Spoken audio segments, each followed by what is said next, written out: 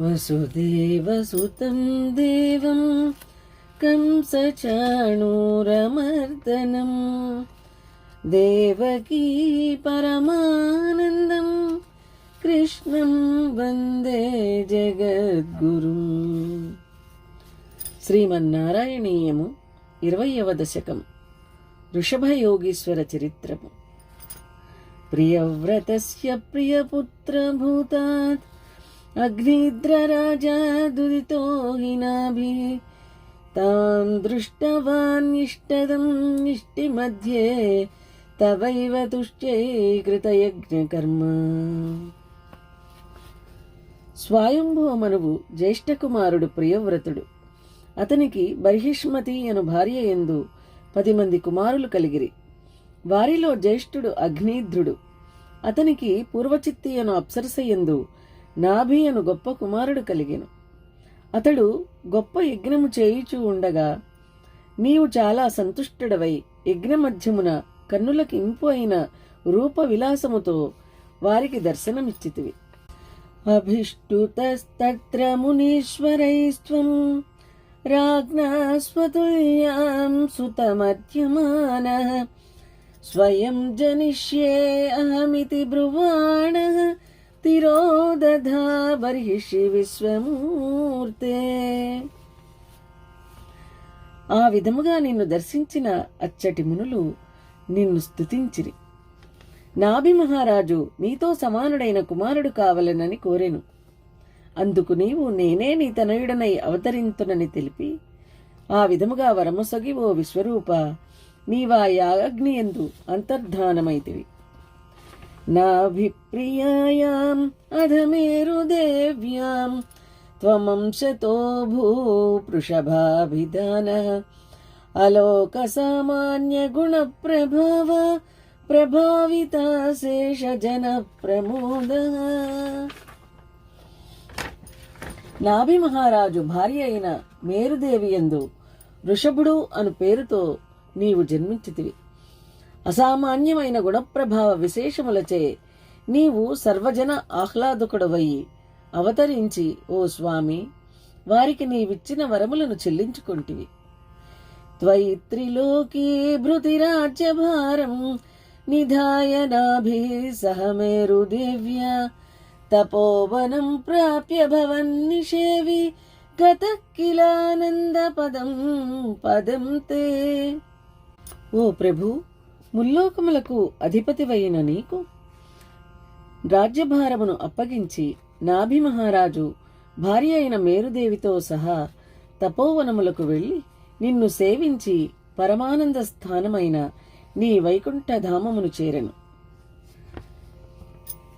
ఇంద్ర త్వదుత్కర్ష కృతాదమర్షాత్ వవర్షనాస్మిన్ జనాభివర్షే యదా తదా త్వం నిజయోగ శక్త్యా స్వవర్షమేనద్యదధా సువర్షం. ఓ దేవా, ఇంద్రుడు నీ ఉత్కర్షను చూచి సహింపలేక అజనాభ వర్షమునందు వర్షములు కురవకుండా చేసెను. అప్పుడు వృషభుడిగా అవతరించిన ఓ హరి, నీవు నీ యోగశక్తిచే వానలు కురియింపజేసితివి. జితేంద్ర దత్తాం కమనీం జయంతిం అధోద్వహన్నాత్మరతాశయోపి అజీజనత్తత్ర శతం తనూజాన్ యేషాం క్షితీసో భరతాగ్రజన్మ. ఆ విధముగా ఓడిపోయిన ఇంద్రుడు తన కుమార్తె అయిన జయంతి అను సౌందర్యవతిని నీకు ఇచ్చి వివాహము చేయగా ఆత్మోపాసన పరుండవై ఉండి కూడా ఆమెను పెళ్లియాడి 100 మంది కుమారులను కంటివి. వారిలో భరతుడు పెద్దవాడు.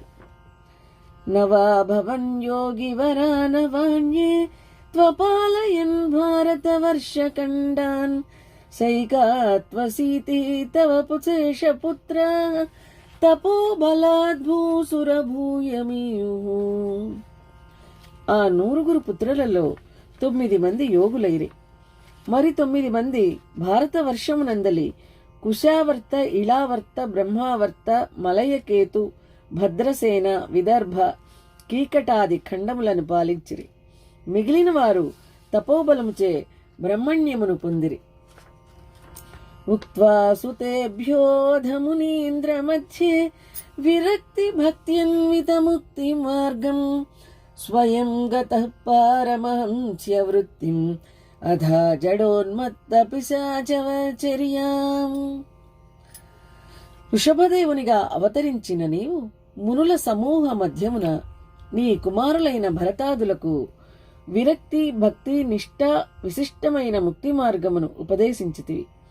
స్వయముగా నీవే పరమహంస వృత్తిని స్వీకరించి జడుని వలె పిశాచ ఉన్మత్తుని వలె ప్రవర్తించితివి. పరాత్మభూతోపి పరోపదేశం కుర్వన్ భవాన్ సర్వనిరస్యమానః వికారహీనో విజచార కృష్ణాం మహీమహీనాత్మరసాభిలీనః. ఓ ప్రభు వృషభదేవ, బ్రహ్మాత్మ స్వరూపుడవైన నీవు కేవలము ఉపన్యాసమే కాక బోధరూపమున బ్రహ్మోపదేశము చేయుచున్నట్లు అవధూత రూపమున చరించుతూ బాల ఉన్మత్త పిశాచము వలె ప్రవర్తించుతూ జనులందరి చేత తిరస్కరింపబడుతూ కూడా సుఖదుఃఖాది వికారరహితుడవై నిస్సంగివై స్వస్వరూపానంద రసానుభూతి యందు లీనుడవై జీవన్ముక్త స్థితిలో విహరించితివి. శయూవ్రతం గో మృగకాకచర్యాం చిరం చరన్నాప్యపరం స్వరూపం దవాహృతాంగ కుటకాచలే త్వం తాపాన్మమాపాకురువాతనాథ. అజగర వ్రతమును పూని అనగా కొండ చిలువకు అజగరమని పేరు. ఆ విధముగా కదలక మెదలక పడి ఉన్నట్లు ఇంద్రియ వ్యాపారములను ప్రత్యాహారము చేసి కేవల బ్రహ్మానంద రసానుభూతి యందు ఉండేడి స్థితికి అజగర వ్రతమని పేరు. అట్టి వ్రతమును స్వీకరించి గో మృగ కాకములట్లు అనగా శుద్ధి విధి అశుద్ధి నిషేధాదులు లేక శరీరమాత్ర ధర్మముచే సంచరించి స్వరూప సిద్ధిని పొంది కుటకాచలమునందు దావాగ్నికి శరీరమును అర్పించి బ్రహ్మీభావమును పొందితివి. ఓ నారాయణ గురువాయూరప్ప, నా తాపములను హరింపు. నమో భగవతే వాసుదేవాయ. శ్రీమన్నారాయణీయము 20వ దశకము సమాప్తము.